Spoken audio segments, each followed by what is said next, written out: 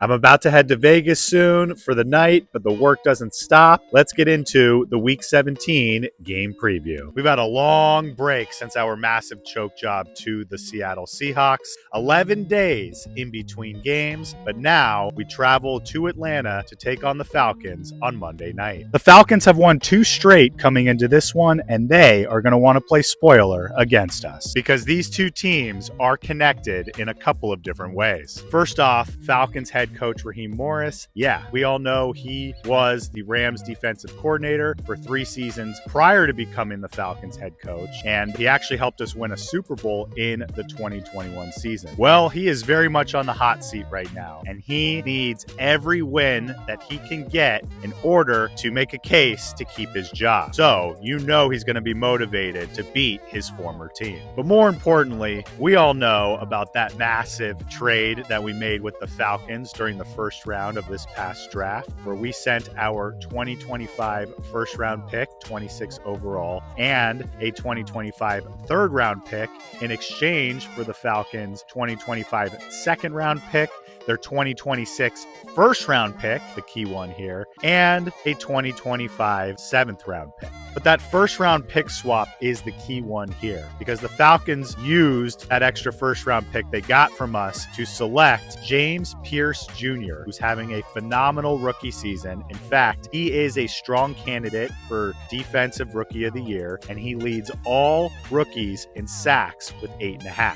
So far, it's looking like the trade has worked out for the Falcons, but you know they will be extra motivated against us on Monday night to prove that they got the better end of the deal. I still think that we got the better end of the deal because that extra first-round pick in 2026 gives us a lot of options to work with. But due to the Falcons' early season struggles, that first-round pick that we got from them for 2026 currently sits at 12th overall following the Christmas Day games. So you know that the Falcons are going to be motivated to beat us, to spoil the fun and make that pick worse for us. However, if we win on Monday night, that pick can potentially move back into the top 10. That is why I believe we got the better end of the deal in this trade, because even though the Falcons got a dude in James Pierce Jr. out of it, the fact that we are going to have an extra early to mid first round pick to work with for next season, man, the various different options there for us is incredible. But back to the game on Monday night, this will not be an easy one for us because the Falcons have a high-powered offense with a lot of studs who will give our defense fits,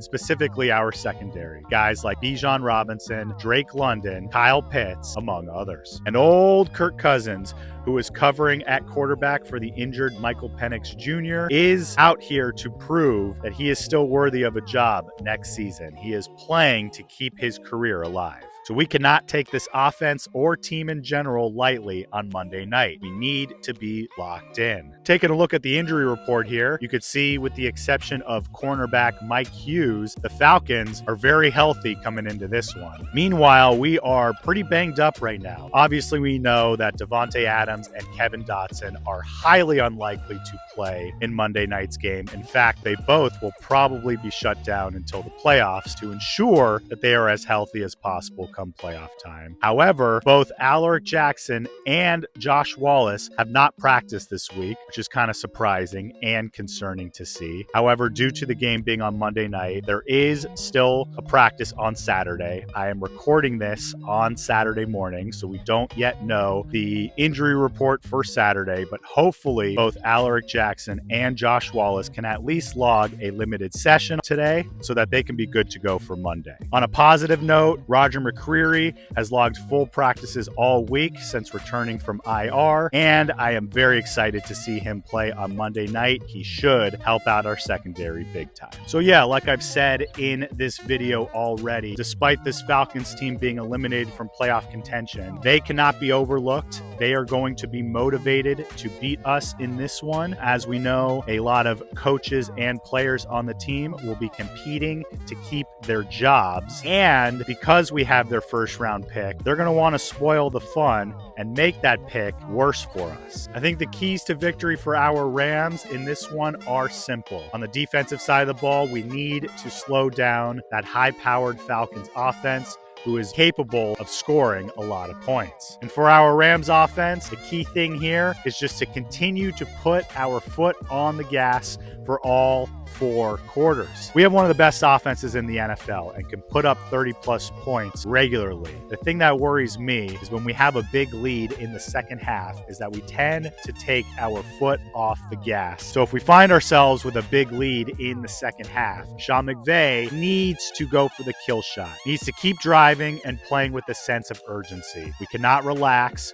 We cannot rest on our laurels when we have a big lead, because we have shown time and time again that we will allow teams to crawl back into the games in the second half and sometimes even steal them away from us. This should all be self-explanatory, and I can't believe I have to say all this, but after what happened against the Seahawks a week and a half ago, it is very important that we continue to play hard when having a big lead and not get too complacent, because it has backfired on us multiple times. Finally, our special teams needs to improve in this one and moving forward. There's no excuses anymore. The special teams has already played a large role in 3 out of our 4 losses this season, and during our long break, Sean McVay fired the special teams coordinator Chase Blackburn and replaced him with Ben Kotwicka. So it's essential that we improve this unit massively starting on Monday if we are going to make a deep playoff run. I have full confidence in this team to bounce back